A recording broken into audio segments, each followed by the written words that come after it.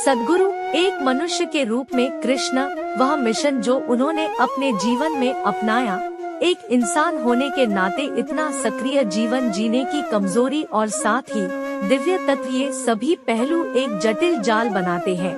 उसे सिर्फ इस या उस रूप में देखना ठीक नहीं है।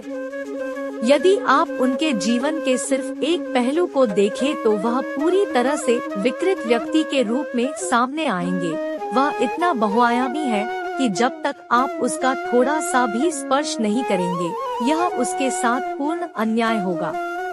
वह स्थान जहां कृष्ण का जन्म हुआ था, भौगोलिक दृष्टि से उनका जन्म वर्तमान उत्तर प्रदेश राज्य के मथुरा में हुआ था। उग्रसेन नामक यादव समुदाय का एक प्रमुख मुखिया था। उग्रसेन बूढ़े हो रहे थे और उनका अत्यंत महत्वाकांक्षी पुत्र कंस, जिसे शक्तिशाली बनने के बारे में कोई चिंता नहीं थी, वह अपने पिता के मरने का इंतजार नहीं कर सकता था। उन्होंने अपने पिता को ही कैद कर लिया और नेतृत्व अपने हाथ में ले लिया। उसने खुद को पूर्व के एक अत्यंत क्रूर सम्राट के साथ भी जोड़ लिया जिसका नाम जरासंध था। जरासंध का सपना संपूर्ण ज्ञात विश्व को जीतना था। पूर्ण क्रूर बल के माध्यम से उसकी शक्ति बहुत तेजी से बढ़ रही थी। कंस ने उसके साथ गठबंधन कर लिया क्योंकि उस समय शक्तिशाली होने का यही एकमात्र तरीका था।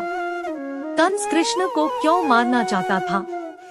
कंस की बहन देवकी का विवाह एक अन्य यादव प्रमुख वासुदेव से हुआ।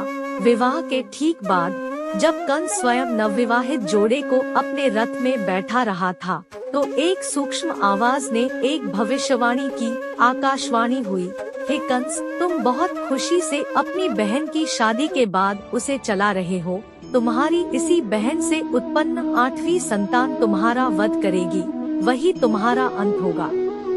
देखते ही देखते कंस हिंसक हो उठा। ओ, उसका 8वां बच्चा आकर मुझे मारने वाला है। मैं अभी उसे मारने जा रहा हूँ। आइए देखें कि उसका 8वां बच्चा कैसे होगा। उसने अपनी तलवार निकाली और वहीं अपनी बहन का सिर काटना चाहा। दूल्हे वासुदेव ने कंस से विनती की, कृपया उसकी जान बख्श दीजिए। आप यह कैसे कर सकते हैं? वह तुम्हारी बहन है और हमारी अभी अभी शादी हुई है। आप उसका यही वध कैसे कर सकते हैं? उसका 8वां बच्चा मुझे मारने वाला है। मैं ऐसा कुछ भी नहीं होने दूंगा। तो वासुदेव ने एक संधि की पेशकश की, मैं अपने सभी नवजात बच्चों को तुम्हें दे दूंगा। आप उन्हें मार सकते हैं, लेकिन कृपया अभी मेरी पत्नी को छोड़ दीजिए। लेकिन कंस ने अपने जीवन और सुरक्षा के बारे में अत्यधिक चिंतित होकर अपनी बहन और अपने बहनोई को एक प्रकार की घरेलू कैद में रखा ताकि उन पर लगातार नजर रखी जा सके। पहले बच्चे का जन्म हुआ और पहरेदारों ने कंस को सूचित किया। जब वह आया तो देवकी और वासुदेव ने रोते हुए विनती की, यह केवल 8वां बच्चा है जो तुम्हें मार डालेगा, इसे छोड़ दो। कंस ने कहा, मैं कोई जोखिम नहीं लेना चाहता। उसने बच्चे को उठाया, उसके पैर पकड़ लिए और उसे एक चट्टान पर पटक दिया। ये चलता रहा। जब भी कोई बच्चा पैदा होता तो माता पिता कंस से कई तरह से विनती करते, लेकिन वह एक को भी नहीं छोड़ता। इस तरह 6 नवजात बच्चों की हत्या कर दी गई। वासुदेव कृष्ण को यमुना नदी के पार ले जाते हैं।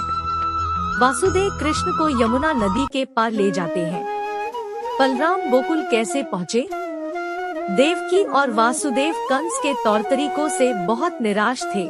राज्य की प्रजा कंस से बहुत भयभीत थी। समय के साथ वे राजा के बिल्कुल क्रूर तरीकों से भी निराश हो गए। लगातार किसी के साथ युद्ध करना और फिर इन बच्चों को मार डालना, धीरे धीरे महल के भीतर कलह होने लगी थी। इसलिए जब 7वां बच्चा आया तो वासुदेव उसे तस्करी करके बाहर ले गए और उसकी जगह एक मृत बच्चा रख दिया जो उन्हें कहीं और मिला। इस बच्चे को तस्करी करके यमुना नदी के पार गोकुल ले जाया गया और वासुदेव की दूसरी पत्नी रोहिणी को दे दिया गया। इस बालक का नाम बलराम था। जैसे जैसे वह बड़ा हुआ, वह एक राक्षस की तरह हो गया और उसकी ताकत और उसके द्वारा किए गए करतबों के बारे में कई कहानियां हैं। वासुदेव कृष्ण को गोकुल ले जा रहे हैं। जब 8वीं संतान होने वाली थी कंस वास्तव में घबरा गया। इतने दिनों तक वे घर में नजरबंद थे, लेकिन अब उसने वासुदेव को बेड़ियों से जकड़ दिया और देवकी को उचित कारागार में डाल दिया। बच्चे का जन्म महीने के अंधेरे पक्ष में 8वें दिन हुआ था और भारी बारिश और गरज के साथ बारिश हो रही थी। कंस किसी को भी कारागार में प्रवेश नहीं करने देगा क्योंकि कुछ हो सकता है।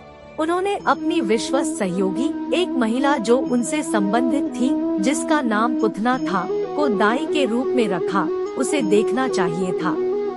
योजना यह थी कि जैसे ही बच्चा पैदा होगा, वह उसे कंस को सौंप देगी जो बच्चे को मार देगा। प्रसव वेदनाएं आई और चली गई, आई और गई। पुतना ने इंतजार किया और इंतजार किया, ऐसा नहीं हुआ। रात में वह कुछ मिनटों के लिए अपने घर जाने के लिए बाहर गई और वापस आ गई, लेकिन जब वह अपने घर पहुंची तो अचानक बहुत तेज बारिश शुरू हो गई और सड़कों पर पानी भर गया। ऐसे में पुतना वापस जेल जाने में असमर्थ थी। तभी बच्चे का जन्म हुआ और एक चमत्कार हुआ। कारागार के दरवाजे अपने आप खुल गए, सभी पहरेदार सो गए।